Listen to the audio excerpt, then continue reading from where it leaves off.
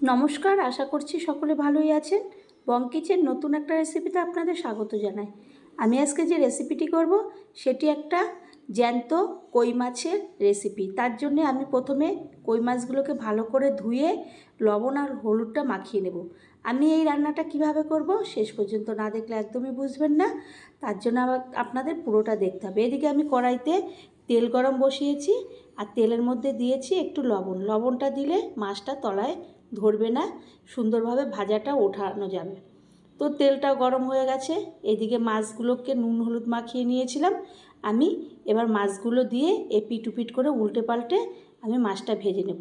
আর চ্যানেলটি যদি সাবস্ক্রাইব না করেন তো সাবস্ক্রাইব করবেন, লাইক শেয়ার কমেন্ট করবেন, পাশে থাকা বেল বাটনটি টিপে, তাহলে যে কোনো রেসিপি আপনাদের কাছে আগেই পৌঁছাবে। এইভাবে উল্টে পাল্টে আমি মাছগুলোকে ভাজবো, কিন্তু খুব একটা কড়া করে ভাজবো না, তাইলে রবারের মতন, জ্যান্ত মাছ যেহেতু রবারের মতো হয়ে যাবে। তাই একটু হালকা হালকা করে মাছগুলোকে ভেজে নেব। এরপরে খুন্তি দিয়ে তেলগুলো ছেঁকে ছেঁকে আমি মাছগুলোকে তুলে নেব। এই করে প্রথম ধাপের মাছগুলোকে আমি এই তুলে নেব। তারপরে আবার আমি দ্বিতীয়বার আবার মাছ দেব, সেইভাবে ভাজবো। তো কোনো শরীর খারাপ হলে বা কিংবা খেতে যেদিন ভালো না লাগবে, এরকম একটা হালকা পাতলা জ্যান্ত মাছের ঝোল দিয়ে আপনারা গরম ভাত পুরোটাই খেতে পারবেন। আর যদি কারোর অসুস্থতা থাকে তো এই মাছের ঝোল অতি অবশ্যই খাওয়ালে তাদের পেটও ভালো হবে আর শরীরটাও একদমই ঠান্ডা হয়ে যাবে। যেহেতু পেঁপে আছে, কাঁচকলা আছে, আলু আছে, এই সমস্ত কিছু দিয়ে এই মাছটাকে পাতলা করে একটা ঝোল করা হবে। মানে অসুস্থ রোগীর পক্ষে খুবই একটা উপেদেয় খাওয়ার।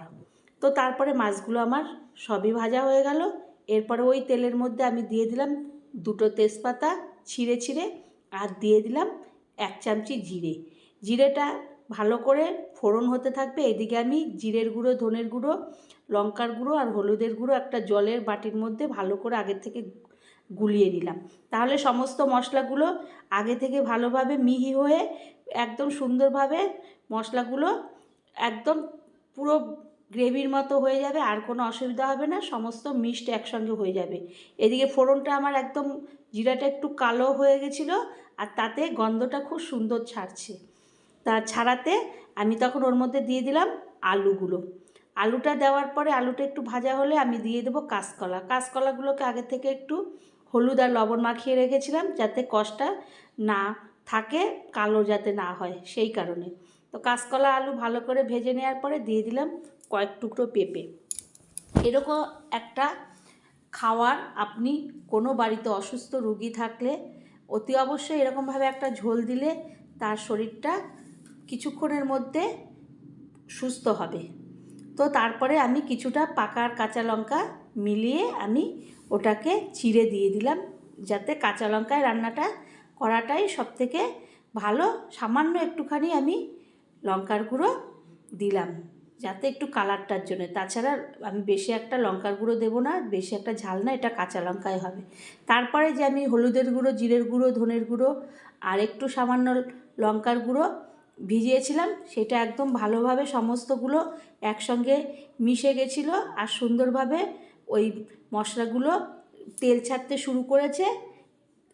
তারপরে দিয়ে দেবো আমি লবণ। লবণটা আমি লাস্টে দিলাম। তো দেওয়ার পরে একদম মশলার থেকে তেল ছাড়তে শুরু করাতে আমি 1 বাটি জল দিয়ে দেবো। জলটা একটু পাতলা করে ঝোলটা করব। আমি 10 মিনিট পরে আমি একটা ঢাকনাটা, যেটা চাপা দিয়েছিলাম সেই ঢাকনাটাকে তুলে দেখব আমার ঝোলটা বেশ টকবক করে ফুটে উঠেছে আর আলুগুলো প্রায় সিদ্ধ হয়ে গেছে।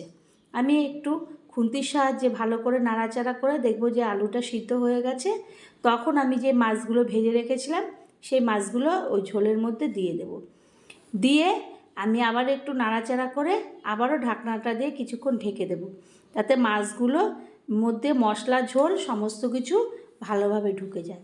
আবারও আমি 5 মিনিট পরে ঢাকনাটাকে তুলে মাছগুলো দেখব সুন্দরভাবে সমস্ত মশলা এবং ঝোলের মধ্যে ডুবে সুন্দর মাছগুলো রান্না হয়ে গেছে। তাই এরকম একটা হালকা পাতলা কই মাছের ঝোল একবার হলেও বাড়ির সকলকে করে খাওয়াবেন, দেখবেন তারা খেয়ে খুবই আনন্দ পাবে। এবং তাদের যদি কারো শরীর অসুস্থ থাকে তো তাহলে আপনাকে বারবার এই রকম একটা ঝোল করতে অনুরোধ করবে। তারপর আমি একটা থালার মধ্যে মাছটাকে তুলে নেব। তো বন্ধুরা, এরকম একটা কই মাছের আলু পেঁপের ঝোল একবার হলে করবেন। আবারও কোনো রেসিপিতে দেখা হবে। ধন্যবাদ।